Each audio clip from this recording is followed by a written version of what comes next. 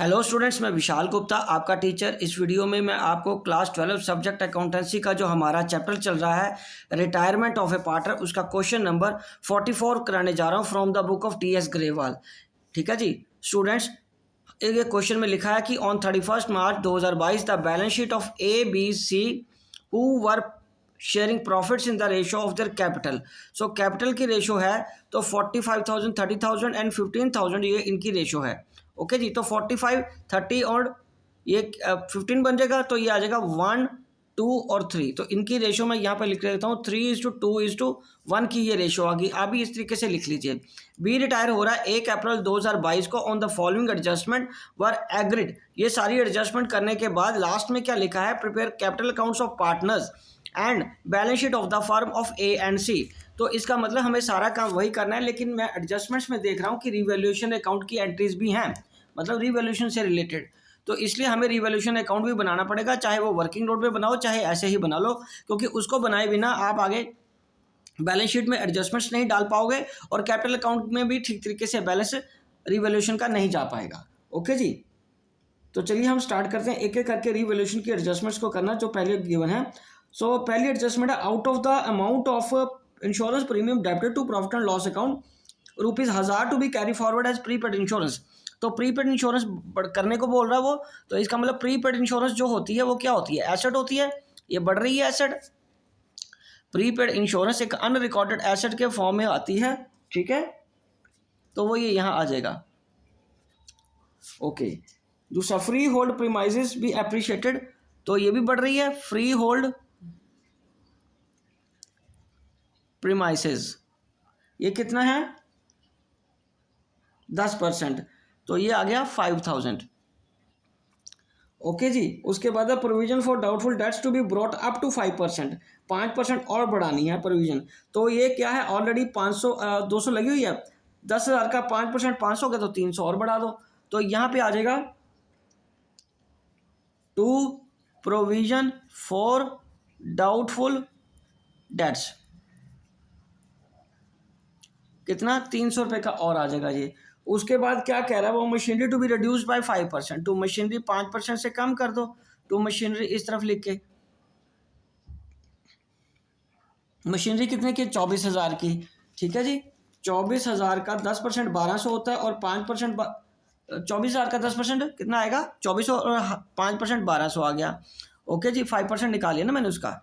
और उसके बाद liability for workman compensation to be created, तो यह आ जाएगा वर्कमैन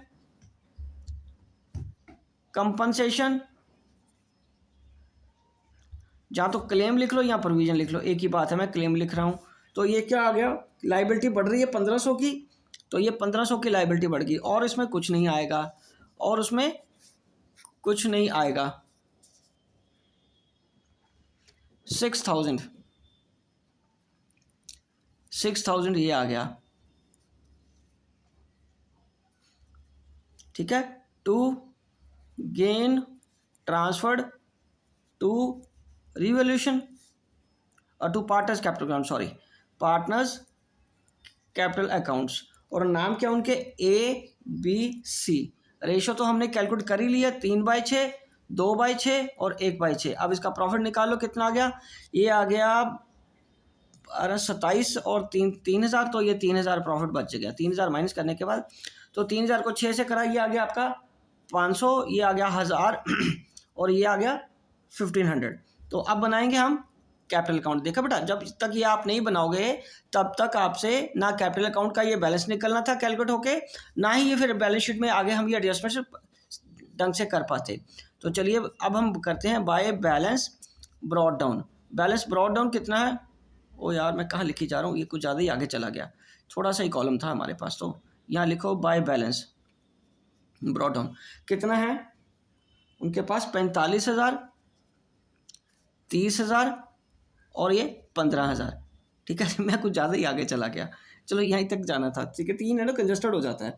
चलिए अब उसके बाद रिजर्व्स कोई नहीं है, तो बाय रीवैल्यूएशन का प्रॉफिट डालना है हमें, वो कितना था 1,500, 1,000 और 500, ठीक है जी, ये भी आ गया। उसके बाद कोई ट्रीटमेंट किसका रह गया अब, गुडविल का। तो चलो गुडविल के लिए वर्किंग कर लेते हैं, ठीक है जी। यहाँ आ जाएगा गुडविल के लिए। तो गुडविल कैसे करेंगे, calculation of goodwill, calculation of goodwill for कौन है बंदा, बी। तो goodwill of firm, goodwill of firm कितनी है, 18,000 की, ठीक है जी। बी शेयर कैसे आएगा, बी का शेयर कितना है, 2/6, बी का शेयर कितना बेटे गुडविल का, 2/6, ठीक है जी। तो कैलकुलेट कर लो, 18,000 का 2/6 तो 1/3, ये आ गया आपका 6,000, इसको गुडविल मिलेगी। तो अब आप रेशो देखो, ए बी और सी की जो ओल्ड रेशो है वो कितनी है, 3:2:1, और रेशो के बारे में उसने कोई बात नहीं करी, तो करिए बेटा बात। तो नीचे गिवन है 3:1, total capital of the firm is, जो एडजस्टमेंट है ना उसमें करा है, बिटवीन ए एंड सी कितनी प्रोपोर्शन में करेंगे, 3:1। मतलब जब बी चला गया तो नींव कितनी हुई, ए और सी की 3:1। तो अंडरस्टूड है, ये सेम रही, ये सेम रही ना, तो इसका मतलब गेन भी सेम रहेगा। सो गेनिंग रेशो भी यही आएगी। सो गेनिंग रेशो ए और सी की कितनी, अगेन 3:1 ही रहेगी। तो ये गुडविल का अमाउंट मैं इसमें डिस्ट्रीब्यूट कर दूंगा। तो ए का गेन कितना आ जाएगा, ए का गेन आएगा 6,000 का 3/4, ये आ गया 15×4500, ये 1500 आ गया ना बेटा इसका काट के। सी का गेन आ गया 6,000 का 1/4, तो ये आ गया 1500, तो इसकी एंट्री कर देते हैं। 1500, 45 और 1500 किसको हो जाएगा, क्रेडिट, हाँ जी बोलो, बी को क्रेडिट हो जाएगा ना, ठीक है। तो बी को क्रेडिट कर दो। तो यहाँ पे मैं एंट्री करूँगा बाय ए कैपिटल और बाय सीज कैपिटल। तो ए और सी से किसको मिल जाएगा, बी को, ये 4500 और ये 1500। अब ये क्या करना है, 2B करके इसके खाते से 4500 कट जाएगा और इसके खाते से 1500 कट जाएगा, ओके जी। और उसके बाद क्या है बेटा, उसके बाद वो कह रहा है बी को 5,000 पे करना है एंड बैलेंस उसके ट्रांसफर में कैपिटल में ट्रांसफर कर दो, लोन में। तो बैंक है हमारे पास, तो हाँ, तो बैंक से हमें क्या पे करना है, 5,000 बी को पे करने के बाद हम बी का बैलेंस लोन अकाउंट निकाल लेते हैं, फिर उन बाकी पार्टनर्स के कैपिटल अकाउंट को मैं फ्रीज करता हूँ, ठीक है जी। पहले हम इनका बैलेंस कैलकुलेट कर लें, चलो। तो बी का कितना आएगा, 30 और ये 6, 36 और 37,000 ये बी का ये आ गया, उसमें से 5,000 चला गया। 2B's लोन करके कितना आया, बैलेंसिंग फिगर कितना आ गया बेटे, 32,000, और ये कितना आ गया, 37,000, ये आ गया 37,000, ओके जी। अब हमें क्या करने को कह रहा है वो, कि टोटल कैपिटल फर्म की कितनी बनाई है, 60,000। तो चलो अब वर्किंग मैं यहाँ भी कर देता हूँ, calculation of capital, calculation of new firms capital, ठीक है जी। वो कैसे आएगा, टोटल कैपिटल कितनी है, total capital of new firm कितनी है, 60,000 की, हाँ जी बेटा बोलो, 60,000 की है ना, हाँ 60,000 की।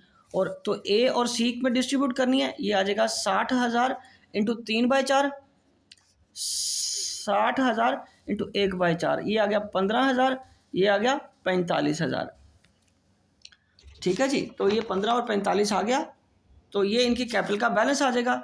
टू बैलेंस ब्रॉड डाउन, यहाँ क्या लिखेंगे, टू बैलेंस कैरी डाउन, ये आ गया 45,000 का और ये आ गया 15,000 का। और बाकी ये देखो डिफरेंस किस में डालने को कह रहा है वो, एक्चुअल कैश, जी एंट्री में लिखा हुआ ना, जी ट्रांजैक्शन में, कि ए और सी का प्रोपोर्शनल 3/4 में बांट देना after passing entries in their accounts for adjustment, सब कुछ करने के बाद, that is actual cash to be paid और टू बी ब्रॉड, तो कैश में बैलेंस आएगा। तो चलिए मैं अब ए का देख रहा हूँ कि यहाँ 45 और ये साइड बड़ी लग रही है मेरे को, 4500 जमा 45,000, डेबिट साइड इसकी बड़ी है, 4500 जमा 45,000, ये करके आ गया 49,500, और उसमें से ये 45,000 माइनस कर दो 3,000,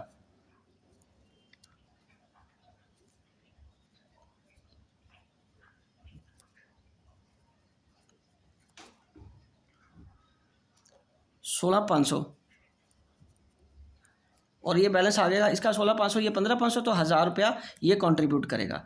तो ये आ गया 16,500। अब यहाँ देखो कैश की ट्रांजैक्शंस इधर भी हैं इधर भी हैं, तो आपको फिर अभी कैश अकाउंट वर्किंग नोट में ही चाहे बनाना तो पड़ेगा। ये मैंने ये देखिए बैलेंस शीट का फॉर्मेट बना लिया है, लेकिन मुझे बैंक अकाउंट बनाना पड़ेगा, अदरवाइज हमें सारा कुछ अगर यहीं मैं प्लस माइनस करता जाऊँगा तो कंजस्टेड भी हो जाता काम और समझ भी नहीं आता हो क्या रहा है। फिर वो बैलेंस शीट ना बन के सिर्फ बैंक अकाउंट का टोटल ही नज़र आता, बाकी चीज़ें फिर नज़र नहीं आएंगी। तो यहाँ पे लिखो to balance brought down. Balance brought down कितना बैंक का, ये देखिए 13,000 का। कितना है बेटे, 13,000 का। और बी को तो पे करना ही करना था, बी को 5,000 पे किया ना, बाय बीज कैपिटल को 5,000 पे किया था आपने, ठीक है जी। और टू एज कैपिटल 3,000, वो 3,000 कॉन्ट्रीब्यूट किया। और टू सीज कैपिटल उसने कितना कंट्रीब्यूट किया, 1,000 रुपया कंट्रीब्यूट किया। तो चलिए अब इसका बैलेंस निकाल लीजिए। 13 3 16 17,000 ये आ गया, ठीक है जी। 17,000 ये आ गया और उसमें से 5,000 ये माइनस करने के बाद बाय बैलेंस कैरी डाउन कितना आ गया, 12,000। ओके जी, ये आ गया आपकी बैलेंसिंग फिगर। तो यहाँ पे आएगा आपका बैंक अकाउंट। यहाँ क्या आएगा आपका बैंक अकाउंट में। अब क्या करेंगे, 12,000 बैंक में क्या आ गया, 12,000। चलो ठीक है जी। डेटर्स, उसके बाद डेटर्स कितने के हैं, 10,000 लेस प्रोविजन। प्रोविजन तो अब 500 माइनस करनी है, 300 की और बनाई थी, 200 की ऑलरेडी पड़ी है, तो ये 500 रुपया हम माइनस करेंगे, तो ये आ जाएगा 9,500।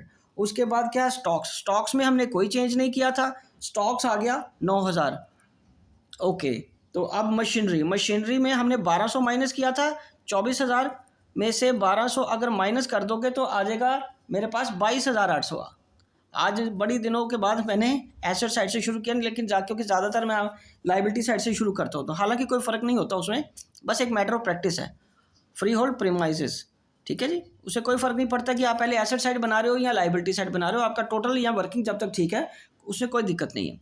50,000 में हमें क्या ऐड करना है, 5,000 ऐड करना है, जो बढ़ाया था ये बन गया 55,000।